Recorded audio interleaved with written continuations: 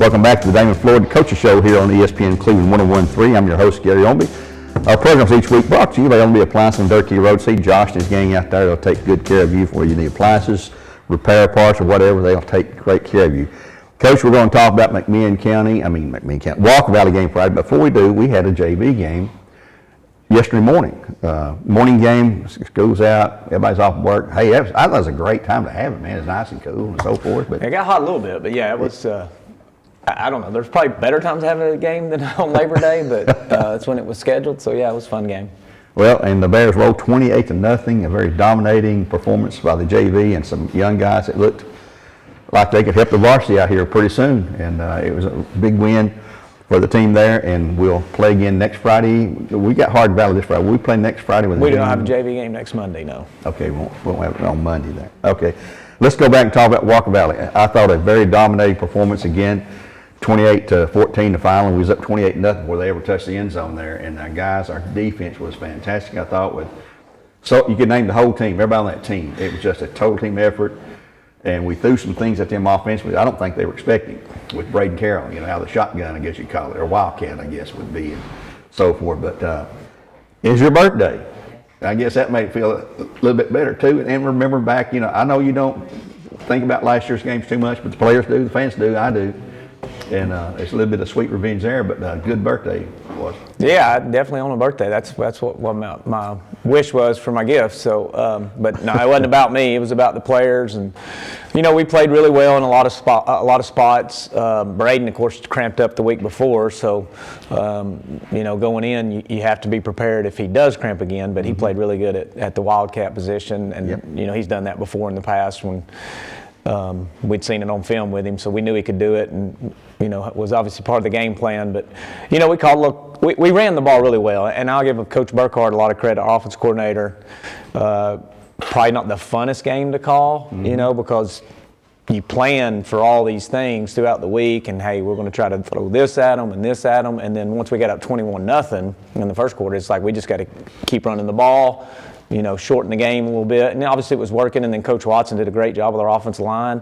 We had challenged them all week, like it's on you guys. If we're going to win this game, it's going to be on the offensive line. And, of course, Kenyon Phelps ran hard. One of the things I was most proud of is the receivers. Nobody ever came to the sidelines not one time and said, throw me the ball, throw me the ball. They blocked. Brady Lewis, who's a 1,000-pound club in the weight room, I mean, he didn't get one catch, but he blocked his tail off all night. And Javon James, there's a lot of guys you can name, but it started up front with our offensive line. Defensively, our front three caused a lot of havoc. Yes, they did. And them three causing a lot of havoc up front was able us to, drop 7-8 guys in coverage a lot. Yeah. But we still had too many pass interference. And they weren't bad calls. We were giving pass interference, but you got to give Walker Valley some credit. Their wide receivers are really good, and quarterback can sling it, so we had our hands full there. But we wanted to not give up the deep ball, try to keep everything underneath us, and then we gave a couple deep balls, and the penalties hurt us. But special teams, I thought we probably won field position, so that was good to see. We didn't turn the ball over; they did. We still had a lot of penalties. We need to cut down on those. But if you talk about the things we got to do to win games, we won field position. We didn't turn the ball over. They did. We had more penalties, but made them drive the length of the field, so that was good. Well, I think they got twice inside the red zone. We stopped them once on an interception there, and it just really basically shut them out. And they scored 14 points. But our defense, talking about the defense, look at the stat sheet here, a -12 rushing yards. Yep. That's fantastic. As you say, the big three up front just tore them up all night long. And when they were able to pass, he was under pressure a lot. He hit 19 of 27, so that's not too bad. 245 yards. Kenyon Phelps, though, offense. I saw him Friday over here in the gym, talking to him, and he just came up to me almost with a defiant look in his eyes and asked me what's up. And I said, we got a ball game tonight. He said, yeah, and I'm getting 200 yards, 219. A great performance by him. He's so quick. He's fast speed-wise, but he's quick to react and dodge and sidestep guys, and just he's hard to corral if you're trying to tackle him. Well, he's another guy that he actually set our squat record for skill positions with 585. So he's a 1,000-pound club. He was actually not 100% against McMinn, but played anyway, and then he was feeling obviously 100% last week. So. once again, offensive line, you got to give them a lot of credit, but Kenyon broke a lot of tackles, made some people miss, and to carry as many times he did, I mean, that's a physical football game. So, very tough, hard-nosed effort. Yep. And then, like you said, defensively, again, Brad Benefield, our defense coordinator, deserves a lot of credit on the plan he put in, and our defense executed. Kenyon had 24 carries, 219 yards. That's over 9 yards per attempt. So he's getting almost a first down every time he touches the ball. And boy, that is hard for the defense to handle that there. Braden Carroll running the Wildcat. He had 12 carries back there. And when he's back there, he's going to run it probably. I don't think he can throw the ball or not, but he had about 40 yards. And I think that was another element that caught Walker Valley, because they hadn't seen that. I think that's something that the guys come out of there with, and it worked, very effectively worked to offset when Tucker was out of the game there. But. Yeah, I mean, well, first of all, Braden can throw, and you'll see that as time goes on. But I think every team defensively knows that every offense they face has a heavy package. And, he's coached against us enough to know our base heavy package. So I would be shocked if they didn't prepare for it, but preparing for it and stopping it's one thing. I will say this about our defense again, they did a great job. We knew when they went on their heavy package with Julio at quarterback that it was a tough package to stop. And we had challenged our guys, like, if you understand when they get in this, we know they're going to run it. They know they're going to run it. So really, who's going to stop who? It's up to you. And our defense, I thought, did a good job of shutting that down and letting them know, hey, this ain't going to work this Friday night. So we did have a little revenge on our mind, because they did get us last year, and we wanted to come out with a win this year. What kind of letter grade would you give them from the teacher standpoint? I told somebody, I said, B+, A-, somewhere like that. I said, there's a lot of things we need to improve. Like, we got to get rid of the penalties, for one thing. Yeah, and you know this. I'm way more negative than I am positive. From a coach's standpoint, I don't tell them a good job enough. I always point out the negatives. So I would say B+, A-, like you said. Our players, like our offensive line, actually do get letter grades or number grades when Coach Watson grades the film. So our players know the mistakes they made, and we came back in on Sunday night, and the ones that made mistakes, we have what we call payday, and they have to pay for the mistakes they make. So, whether it's a penalty or you're not doing, I know secondary, like if you don't do the steps correctly, like you're going to do steps over and over and over again, to try to correct that. So there's obviously things we got to improve on.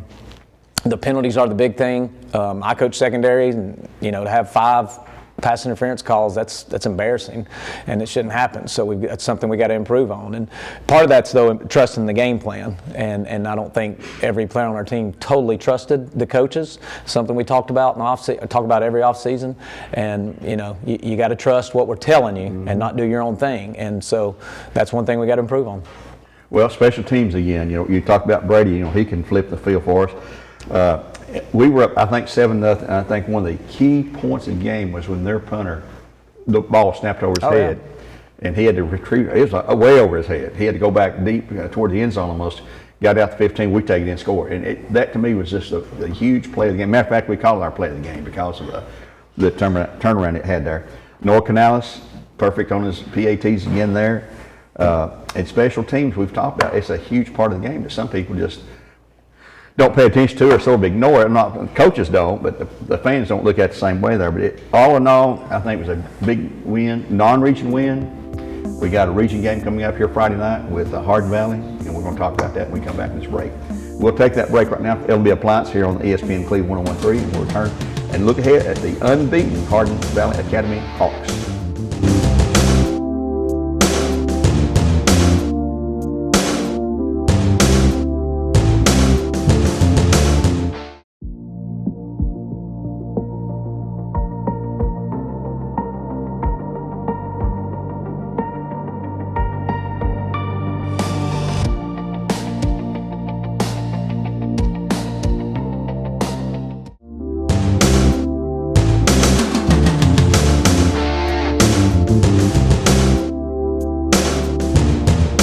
Back here with Coach Damon Floyd's show on the ESPN Cleveland 101.3, brought to you by Ownbey Appliance. Coach, I've not seen any film on Hardin Valley. I know you have. That's what coaches do. We're off to a 2-0 start, and Tyler Wynn, in his second year, has double the number. They had 1-9 last season, 1-9.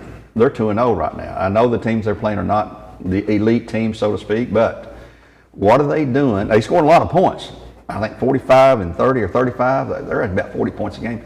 What are they doing that's successful for them as a team offensively? Well, they beat two teams really bad this year that beat them last year, so that tells you they've improved. Yeah. It's Coach Wynn's second year there. Offensively, they're very, very multiple. They run a ton of different formations, shifts, motions, trying to create an extra gap. And if you don't adjust defensively, then they'll create that extra gap, and you're not going to be able to stop them.